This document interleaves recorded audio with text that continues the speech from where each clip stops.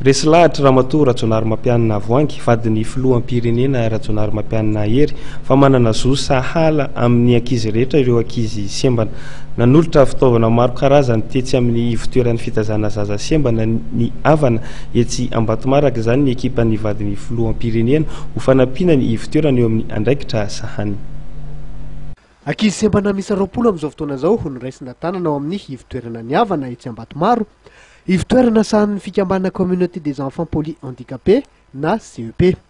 Ho fanampiana ity fitoerana ity eo amin'ny azan'ny ndraikitra sahaniny izany dia nanolotra fanampiana nahitana kojakoja maro samihafa, boky, fitaovam-pianarana, kilalao ara-panabeazana ary zava-maneno isan-karazany ny ekipan'ny Ramatoa Rajonary Mampianina Voangy vadiny filoham-pirenena.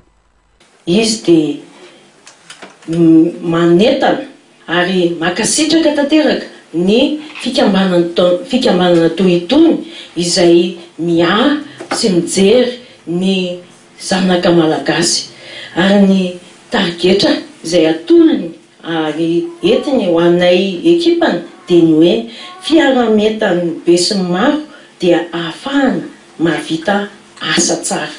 Koa dia makasitraka tanteraka izy an'izao etsika isin'ny sekoly izao, makasitraka ny ray aman-dreny, makasitraka ny mpanorona, makasitraka ny mpiara-miasa satria raha tsy misy ny fitiavana sy ny fiara-metanareo tompoko izay no mafana dia tsy ahavita zavatra ohatr'izao satria tsy misy azo ahelikilika rehefa zanaka malagasy.